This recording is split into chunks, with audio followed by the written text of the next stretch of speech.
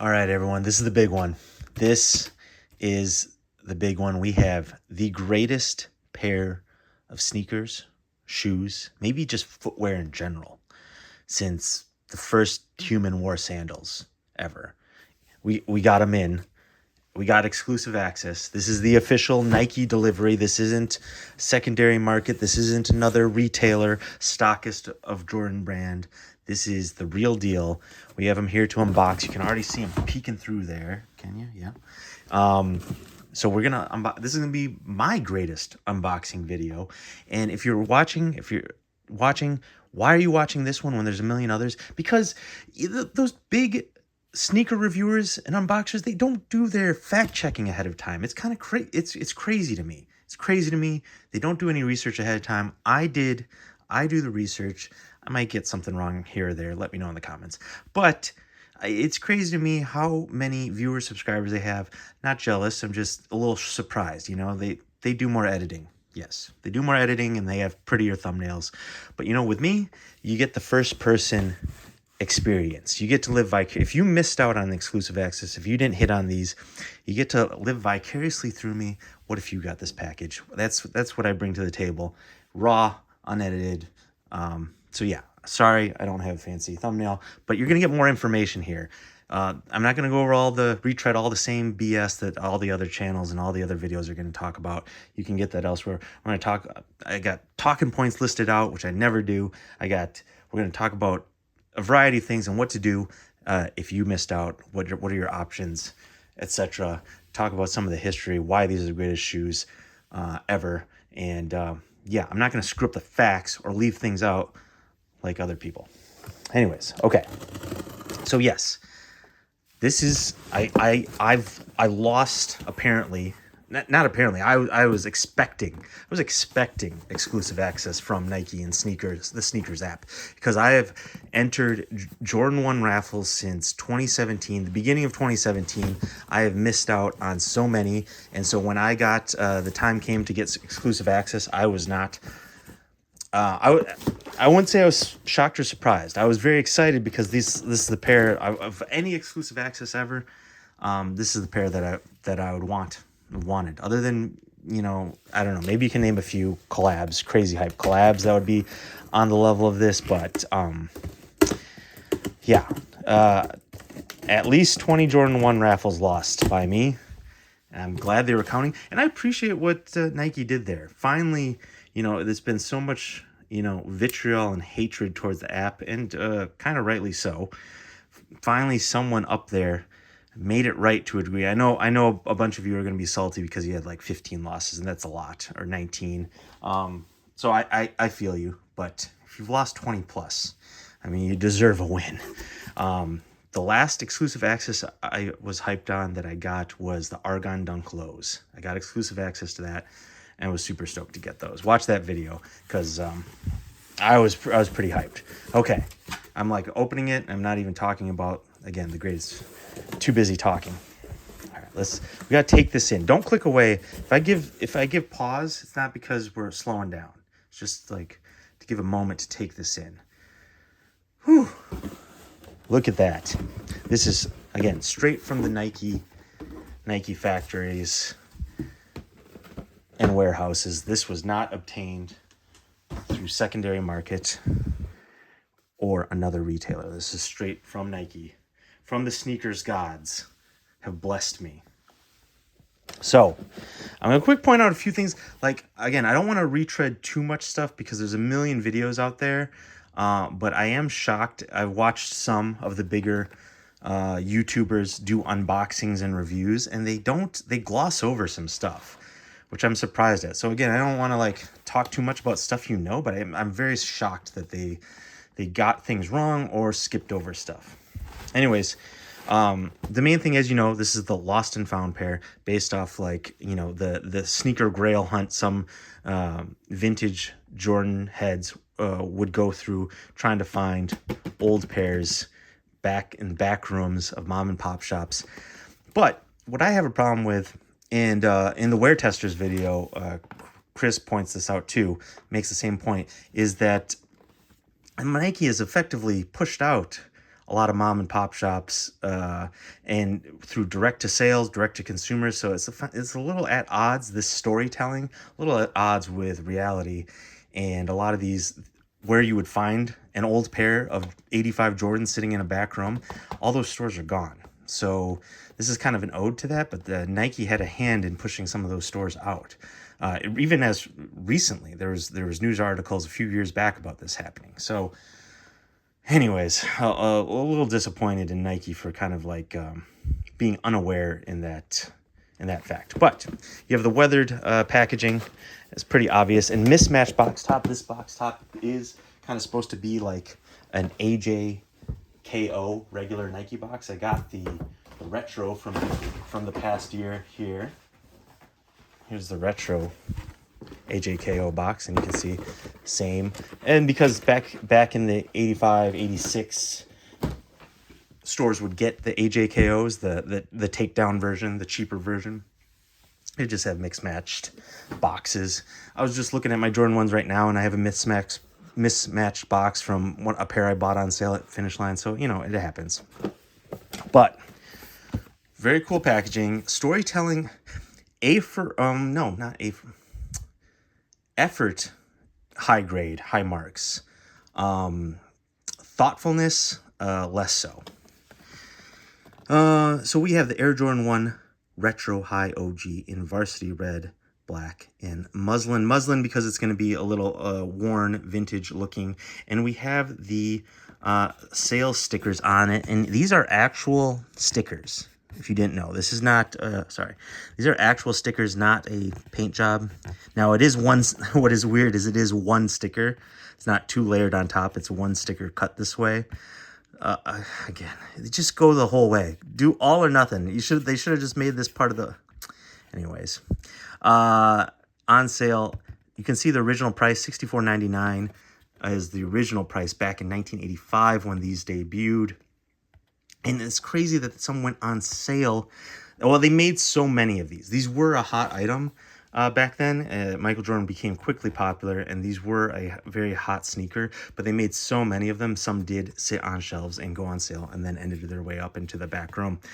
What is crazy to me is that these retail for this pair retails for $180. The OG pair back when they released was $65. So 3 times the price has gone up. Inflation, of course, over the years, especially right now, all-time high. But it's gone up by a factor of 3 in price. First of all, which is crazy. And yeah, they would go on sale. Now, here's the bottom of the box. You got the Wings logo. We'll get into that in a minute. And it's weathered on the bottom, so you don't even have to worry about scraping up your box. They already did the job for you. Yeah, it's wild to me how cheap these were back then. And this was like, I think, more expensive price point for a basketball shoe back then. So 65, like I think most shoes were in the 40 to 50 range. So 65 already was pricey for them. Also, real quick, so Jordan came out in the 84-85 season. He did not start playing in these. We'll get into more of that. And a lot of you know this. Well, let's unbox them. If you stuck with me this long, I appreciate it. If you're new to the channel, you know the vibes. If you're returning, appreciate you for returning. So yeah, if you are new to the channel, please subscribe. It's free. It's absolutely free. Subscribe, like, notification bell. We usually do low heat. This is about the highest general release heat that we've unboxed on this channel and will unbox for some time. So, but normally we do a lot of low heat unboxings and reviews. Please subscribe. Okay, let's see here. Drum roll.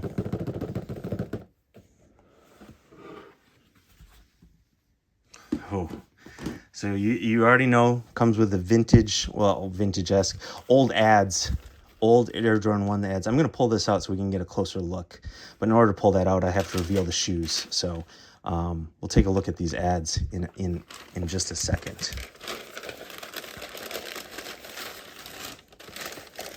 Ooh, we could delay further. I could hide these maybe. But we won't. We'll go back to the paper. Whew.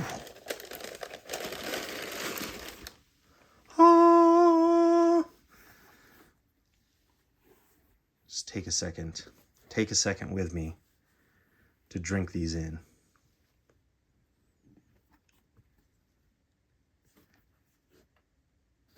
I mean, now first thoughts, it's a beautiful shoe. Those are the first thoughts. Second thoughts, though, the pre-aged, pre-cracked. I don't want to say I'm not a fan of that. It's just I feel like we're years into this trend and fad, and that's 2022. So I feel like if we got this at the beginning of this fad, would have been cool. But now we're like years into it, and so it's just not as unique. And therefore, if it's not unique, that means it's been done. And if it's been done, I just rather not have something that hasn't been done as much. But overall, this is the greatest sneaker of all time. So, you know, and this is a version of that sneaker. So first thoughts, great. They do the laces like this because I think the OG pairs, the laces came like this, but I think there was a third pair of laces with the old one, the red. Came with red. I don't know if the 85s came with red. I think they did, but the OG pairs, the true OG pairs had, they came laced like that, double lace. So you got black and white laces, no red laces with these. But see, the thing is, they did, let's bring out the other one quick. They did these because, you know, when you find vintage pairs, a lot of the collars were like painted on, and so they cracked over time. But like if you, I think, let's see here, the Union Jordan 1s did a similar thing, but I liked their treatment of this better, the way they did it better. In fact, I can get that, but I won't want to waste time, and I don't want to edit this video. But they, I think, did their collars a little differently, and I preferred that method. But here, as you can see, there's a good look at it. There's a good look at some vintage pairs with the cracking of the paint. So that's what they're imitating. And I think what's crazy to me is like some YouTubers kind of gloss over this fact. They're like, oh, it's vintage, and they don't point out like why. Not all 85s were manufactured at the same factory, so the method of applying this black paint was different. On some it's foam, some it was like more fabric-y, so the way that it cracked or peeled off was different from pair to pair based upon the factory they were manufactured in. But there's a good look at what they were going for. It's just, if you found these, you'd find, even unworn, you'd find them in this condition just through time and age. This is a sweet magazine, by the way. This came out in 2018, I think. Slam Kicks, they did some special Jordan issues. This is volume 4, which was just dedicated to Jordan 1. A lot of good history lessons in here. I'll refer to this throughout the video a little bit. Article by Russ Bankston. Anyways, this is a cool magazine that I picked up. Got as a gift on a whim, and it turned out to be a great gift. So yeah, okay, let's go to the notes. Go to my notes here. All right. So these were designed. Big important point of the video, again, if you're still watching, appreciate it. But I wanted to one thing that I wanted to point out that not a lot of the videos point out, these were designed by Peter Moore, and that's well established. But if you don't know, now you know. Peter Moore was the designer of these shoes, and the main thing though is I want to give him some credit. He passed away earlier this year, unfortunately, and in my opinion, like the Mount Rushmore of sneaker designers, because he designed the Air Jordan 1 and the Nike Dunk, similar tractions. He designed both these shoes, arguably the most popular shoes right now, and have been for the last few years. Most popular shoe, greatest shoe of all time. And he just doesn't get talked a lot about. There's just other designers that get a little bit more love, especially, you know. So just wanted to take a moment to recognize Peter Moore, Mount Rushmore of shoe designers. He was the one who helped in the meeting with Jordan, talk about when they were talking about branding, apparel and shoes for him specifically that were going to be Michael Jordan branded. He was in that discussion, and after the first meeting was flying home, this is well documented now, saw a kid who got a Wings pin as a souvenir on a plane, asked the flight attendant for a pair, and started drawing and added the basketball to it. So you have this embossed Wings logo that was part of the Jordan 1, Jordan 2 on the tongue. They took it away for a while, made a reappearance, I think, the Jordan 32, but he was the one behind adding this Wings logo here. You can see it there, embossed. So one of the greatest designers, not talked about enough, and unfortunately passed away. So shout out to, I think the word GOAT is used too often, and a lot of sneaker designers share the space of really great. So I'm not going to say GOAT, but should just be talked about more. Also, one thing that Michael Jordan wanted, and I think why I like these, because I am not a chonky shoe wearer. In growing up in middle school, high school, it was the end of the Jordan playing years, and they had the 11, 12, 13, 14, and I was a soccer guy, so they're just to me unathletic. I feel a little vindicated because in the earlier days, when designing the shoe, Jordan didn't want too high of a midsole. He didn't want to roll his ankle. The Air Force One has a taller midsole, so he wanted this lower profile midsole, and so he could feel the ground better. And I think that falls in line with what I personally like. I always liked indoor soccer shoes. I liked feeling the ground. Now, going a whole day walking, it's not so fun. But if you're doing athletic things, I like that, being able to grip, have your feet really feel the ground, and that's what he wanted. So this has a thinner profile midsole, and I think that's why I like them so much compared to, not just because they're hype. I just legitimately, and I think other people agree too, obviously, legitimately think it's a great looking shoe on foot. And part of it is why I don't love Air Force Ones. They have too thick of a midsole, too high up off the ground, a little too top heavy, like a big SUV. And I just like this low profile midsole. And so apparently so did Jordan 2. So there you go. See, this is the stuff I'm bringing. Those other channels, they've just done. They just show it to you, say how hyped they are, and then they leave you wanting more. So you got the cracked leather, and you have the two laces. This is muslin color, faded foam, which I like. Eventually, I'll put these on really quick. But what I think is crazy is is just the story of this shoe and how popular it is. Like this, so many things had to fall into place for this to become so iconic and so coveted. Like Nike went all in on Michael Jordan. He was not the first pick. That was Hakeem Olajuwon. They went in on the third pick overall in 1984. What if Jordan hadn't hit that winning shot? That you talk about, like, there's all these movies and TV shows about alternate universes. There's got to be alternate universes where Michael Jordan doesn't hit the winning shot in his NBA championship game with UNC against Georgetown, where Nike goes after someone else instead of him. Jordan, well documented, wanted to go to Adidas, his favorite brand. He also wore Converse in college. Nike was an afterthought, and his parents, in liking Sonny Vaccaro and kind of the pitch about branding a whole line around him, around Michael Jordan, ended up going with Jordan brand, well, Nike at the time. There's so many worlds in which this does not become the shoe that we all talk about. Obviously, he did well his rookie year right out of the gate, and was a strong player initially. Like, can you imagine, like, if he got injured his second year? What if he got injured his first year? Like, so many different things could have gone differently, and we're not talking, in other universes, we're not talking about this as the greatest shoe of all time, or Michael Jordan. So many things fell into place for Nike, for Jordan, and this of all shoes is the greatest shoe of all time. And I agree. I'm using it like that as a general term of like what is thought to be, but also personally I do think so. Quick thing on quality control, you can see some like oil staining right there. I don't know.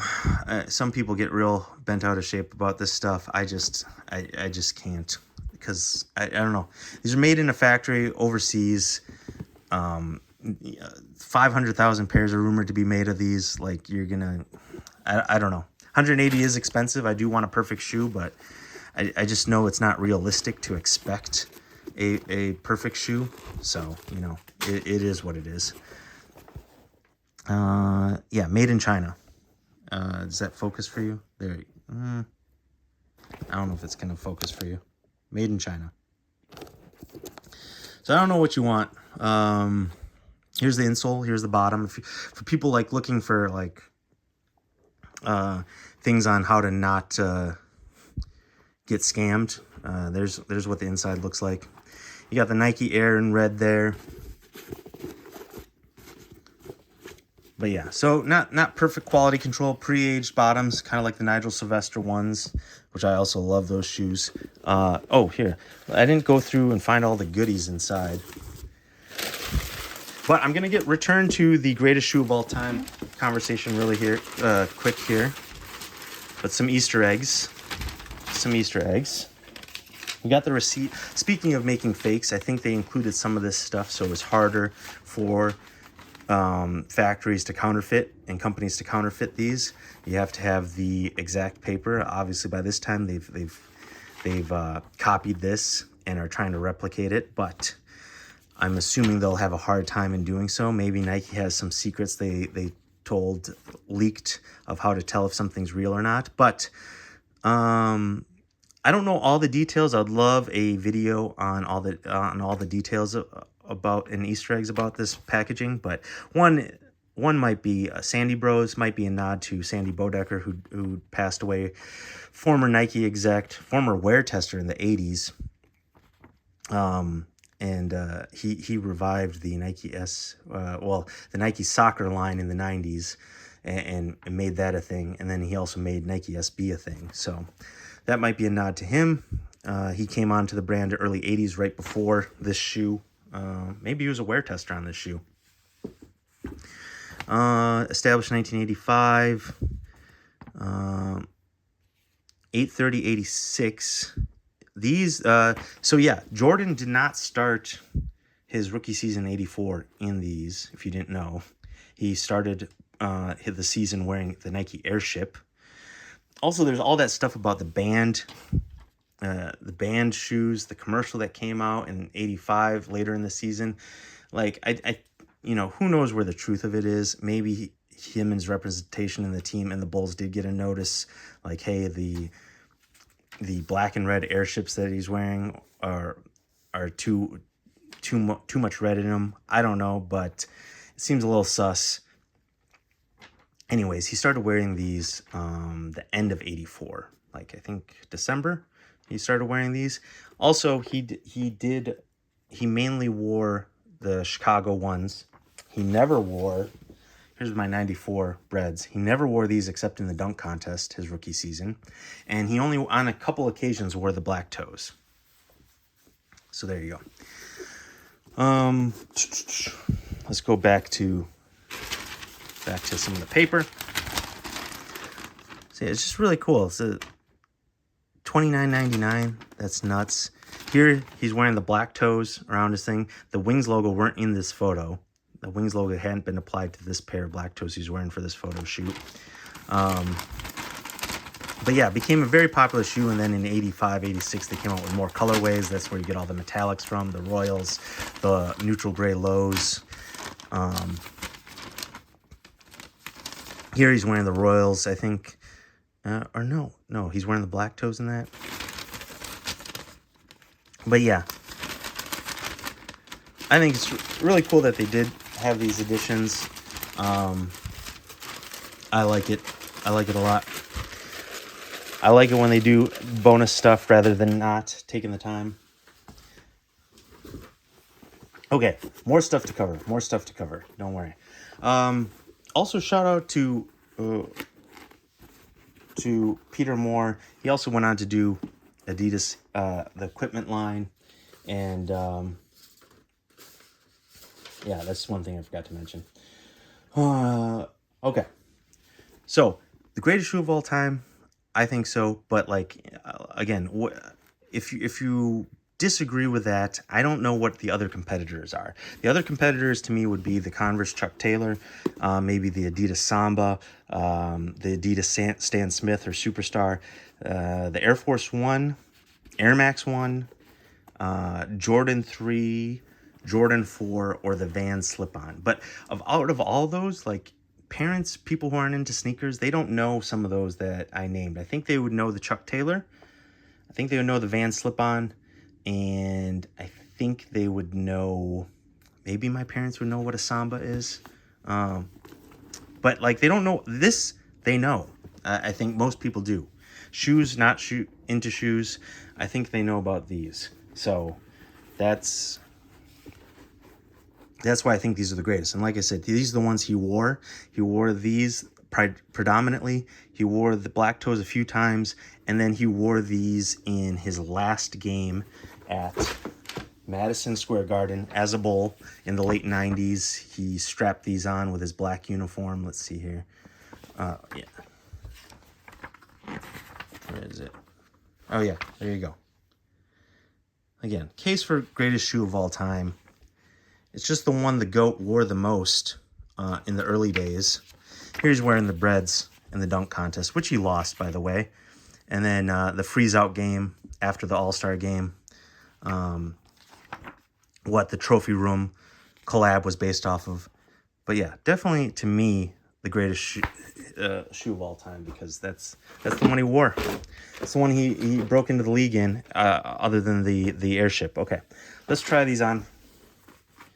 Now, what I want to talk about is, I think, like, where do we rate these in comparison to other Chicago Jordan 1s?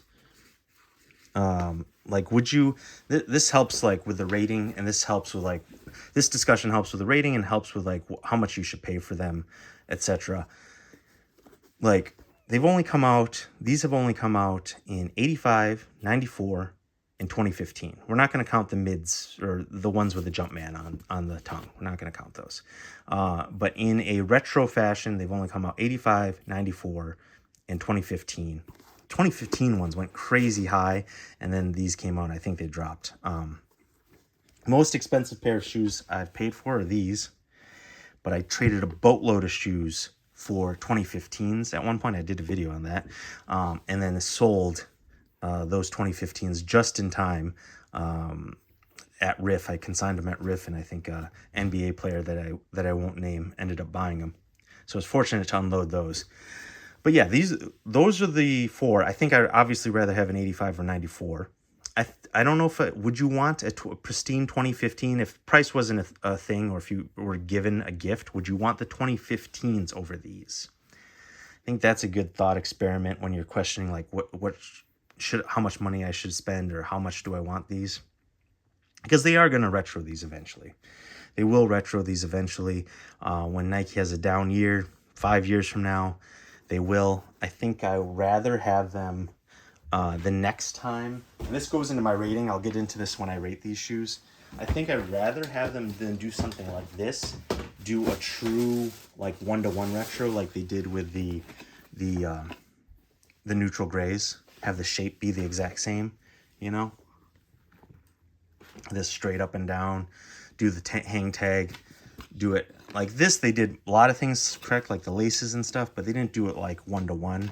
I think I would have liked, well, this isn't exactly 1-to-1 either. This collar is, again, there's videos on this, but I think I would like a 1-to-1 retro, and then you do additions, like other extras in the box. Have everything the exact same as the original release.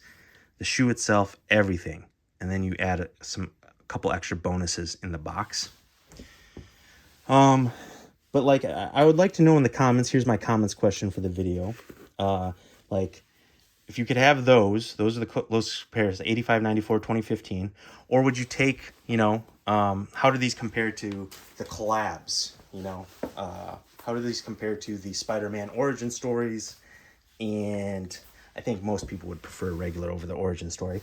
But, you know, the trophy room versions, or the off-white Jordan 1s, Chicago Jordan 1s. I think that's an interesting, like, question. For me, I'd rather have just, 85s, 94s, but those are so expensive. Well, I know, the off-white Jordan 1s in the trophy rooms are super expensive too. But I think I'd rather have the originals, personally. So right now, these are going for around 400 in my size, a little under 400 in smaller sizes. And I think not all of these have dropped yet. Eventually, these will drop, and the price, I think, will go down even more for the first few weeks. But this is so popular, people are going to buy them up. People are going to want doubles, triples of these. They're going to want multiple pairs. So I do think, after a week, 2 weeks, usually things hit their low, and then everyone who's bought pairs gets them, and then they start to creep up over time. So I think the neutral gray is a good example. I way overpaid for these. I think I paid like $450 for these. Now you can get these in the 300s. So I think this is a good example. Like, they didn't make as many pairs of these, and these aren't as highly sought after, but like these are in the 300 range right now. And I think that's where these will settle initially, and then over time might creep up. A lot of pairs of these will be out there, but they will, these are super popular. So there's the difference. I think those are the things to factor in, and I would like you to weigh in on, like, would you rather have a collab of these, a hype collab, off-white trophy room, or would you rather have a retro? That's interesting to me. I think I'd rather have even though I love Virgil and off-white, I think I'd rather have obviously a pair of 85s, even a worn pair. A halfway worn pair of 85s over those, maybe even 94s. I'd rather have a halfway worn pair of 90, or a good condition pair of 94s over the off-whites. The trophy room one is an interesting story. They look clean just because they're a Jordan 1, but I don't need to spend that much money on them. And if I had my choice out of all of the versions I've listed off, I don't think those would be my pick. Now, would I want these, let's say you're given a pair for free. Would I want these or the trophy rooms? I don't know. See, that's a tough question. Like, if everything's free, what are you taking? These are trophy rooms. I think I would take the trophy rooms. Yeah, I think most people would. But I do like that these are just like a retro. Right now I have the metallic red Jordan 1s on. My personal, like, one of my top personal favorites. This really got me in 2017, beginning of 2017, cop these. Really got me into sneakers again, and I love this pair. Should have copped more when these were cheap. Should have copped more, and I didn't. So eventually they'll retro these, hopefully, and I'll pick up some more pairs. They got real expensive during the pandemic and the Jordan Last Dance hype. But they were cheap before that. So if you missed out, good luck in all of your raffles and the general release sneaker drop. Good luck in all those. If you missed out, though, there's plenty of cheap Jordan 1s on sale that you can get, or below retail on the secondary market. Those Heritage Jordan 1s, there's some Stealth Grays, the Volt Jordan 1s are really cheap. There's so many, like, Jordan 1, there's some Jordan 1 in Sneaker Fatigue right now. You can get, not the classics, but you can get these for super cheap. Different Jordan 1 silhouettes for super cheap. So there's one option if you don't care about Chicago's. Next option, you can get the AJKO, as I mentioned. These released, this is what they did back in the day. They gave people a cheaper option, and these retroed a year ago, and these are like around 200. You can get these for, depending, taxes, fees, maybe a little over 200. But yeah, that's one option, and this is like, an OG retro. This came out in 85, 86. So you have the nostalgia with it, different soul. I'm not going to get into these, but that's an option. Like I said, the neutral grays and OG, and these are slightly cheaper. They're not the red, and these will go with more. A little basic because they're just a white and gray shoe. But if you want a retro OG, this is an option, slightly cheaper. And they've only retroed these this one time, and they won't retro them again for a while. So that's an option. And then the, you know, if you just want a classic, the Fire Red 3s are going for retail, essentially. Fire Red 3s just dropped. I did an unboxing. They're not Jordan 1, but similar colors. Highly underrated. Those are sitting. I can't believe it. Those are eventually will go up, I think. Fire Red 3s. So, and then if not, they're going to, like I said, they're going to do a cash grab in 5 years. Do these again. Hopefully they do them like these, I think. I think that's what I would want. There's the bread ones. They haven't retroed in a while. Black Toes was 2016 the last time they retroed the Black Toes, so that should be coming up. And at the end of the year, they're going to do the Jordan 2s in the Chicago colorway. So look, you know, plenty of retros will be coming up in the near future. Not these per se, but yeah. One thing I wanted to do for you guys, because I do plan on wearing these. I want to double up for retail, ideally. Who knows if that's going to happen or not. But one thing I did want to do was a crease test, because I will be wearing these. So let's do an on-camera crease test to see if these crease immediately or not. A lot of you have clicked away by now. If you haven't, you're being rewarded. So let's see. I will be wearing these, so I do not mind. I do not mind doing it. All right. I can't believe I'm doing this, but you know, I am gonna wear these. So we're gonna see. We're gonna see how this looks. We're gonna give it two bends. One like this, and then one like this. All right, here we go. Crease Air Jordan 1 Lost and Found crease test. One, then two. Definitely immediately showed a little bit. Not too bad. It's already pre-cracked, but will crease as expected. Not terrible. This pre-cracking kind of saved it a bit. You have some creasing there. So there you go. Not the worst, as expected. Okay, let's give these a rating and we'll get out of here. I think these are definitely I mean, it's a Chicago Jordan 1. So I think like a 2015 pair version, if they released today, I'd give a 9. I would give a 9. Something where it's like reinvents the shoe, adds new style, kind of some storytelling. Something like the Chicago Off-White Jordan 1, I think I'm giving that like probably a 10. Like the Union Jordan 1s, giving a 10. Now, something where there's a little bit of storytelling. Don't love the story told because Nike's at odds with that story. I like this pre-aged look, but it's been done before, like I said. At this point, been done a lot. So they're not breaking new ground there. So there's doing, again, 2015, I give a 9. Something like the, let's see, a Trophy Room Jordan 1. I'd give a 9.5, I think.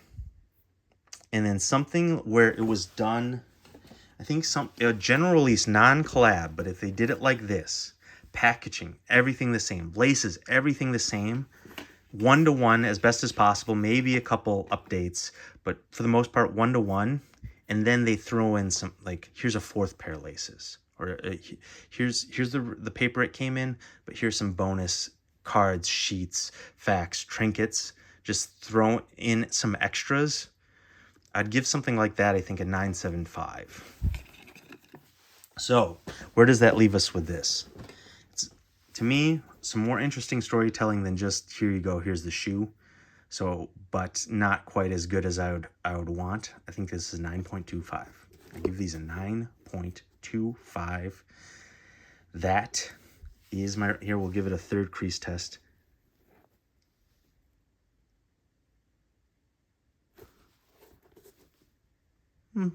Pretty good. 9.25 out of 10. Let me know what you rate these. Please subscribe. I crease these for you. Please subscribe. More Lowheat coming up soon. Appreciate you if you watch this whole video. Lot to cover. Lot to cover. I'm super stoked to have these in the end. Again, 9.25 is a good rating. Super stoked that I got exclusive access. Will be wearing these. Hope to double up.